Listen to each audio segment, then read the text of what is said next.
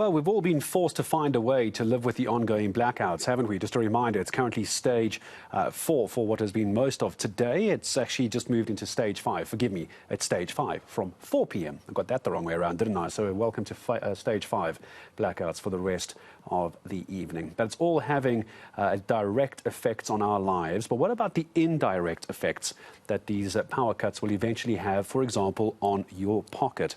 The agricultural sector feeling the pinch, and this will possibly lead to a spike in the cost of basic foods. So just how bad is this going to get? Is there anything we can do? Well, let's find out. Christo van der Rheede is the Executive Director at AgriSA, always making time to speak to us. Christo, hello. Good to have you with us. And we're talking about inflation. Now we're talking about increased levels of blackouts. Just how much financial damage do you think the sector is suffering at the moment? The cost of diesel combined with the need to buy generators is really putting the agriculture sector under severe pressure. I've engaged with a number of farmers, and many of them say, listen, if this situation continues, we will either have to close shop, or we will have to cut down on our number of workers, or we'll have to plant less. So Africa is blessed in that we've got a very resilient agriculture sector. But this sector has been facing huge increases in the cost of fertilizer, in the cost of diesel. We've seen the repo rate most probably going up again. Since 2021, it went up by 350 basis points, which makes the cost of capital even more expensive. And I don't want to even add logistic costs and so forth. So this is becoming a costly exercise. And on top of it, farmers are losing their crops because they don't have the electricity to irrigate it. The cost of business is always incredibly high, and traditionally cost of doing business, cost of production would just get passed on to the consumer. Christo, I think that's how business has been done for many, many years. The problem is the consumer, the end user, no longer has the money to buy the increased goods which the farmers could use to get better irrigation, to buy all the diesel, to buy all the UPSs, etc. The problem is they can't sell the product. So where do we try and fix this problem? And on top of it, remember, farmers are price takers. They are not the price makers.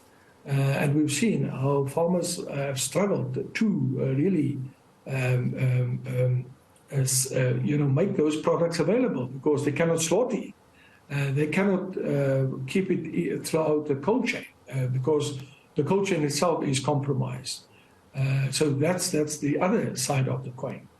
We have engaged with Eskom yesterday, and we've asked Eskom to do 3 things for us. One, that is to have a more flexible approach to load shedding. There are farmers in certain areas that require irrigation, or they require electricity for irrigation because they are planting at this point in time, and to see to what extent they can have lower levels of load shedding. And they are prepared to take higher levels during off-peak season and so forth. Then we've also said that change the rural flex system, because normally farmers would irrigate during lower peak times, because the higher peak times is quite costly. But that doesn't make sense anymore because load shedding is taking place at any time. Yeah. And then thirdly, bring your private sector on board so that more people can put electricity back into the system that is privately generated and have a buyback plan or in place so that Eskom can do that. Christo, let me ask you in closing, briefly, if you wouldn't mind, is this electricity crisis sending us into a food crisis? If yes, how long? Well, currently, as I've said earlier, farmers are very resilient. They won't drop the ball. But what do you do if this level, load shedding level 6 continue for a very long time? Then we're certainly going to have serious problems because without electricity, the agricultural value chain can't operate properly and efficiently. Oscar, good to speak to you. Hopefully one day, I beg your pardon, sorry, Christo, good to speak to you. Hopefully one day we'll be able to talk about the price of food coming down. I just wonder if that's going to be this year. I would suspect no. But Christo van der Rheede, always very kind with his time, Executive Director at AgriSA. So for those of us who rely on the farmers, who rely on the logistics, it looks like prices are going to skyrocket later in the year. But the problem is, as we were just hearing from Christo, there is a point where a farm is no longer sustainable, regardless of how much you push up the prices in the end.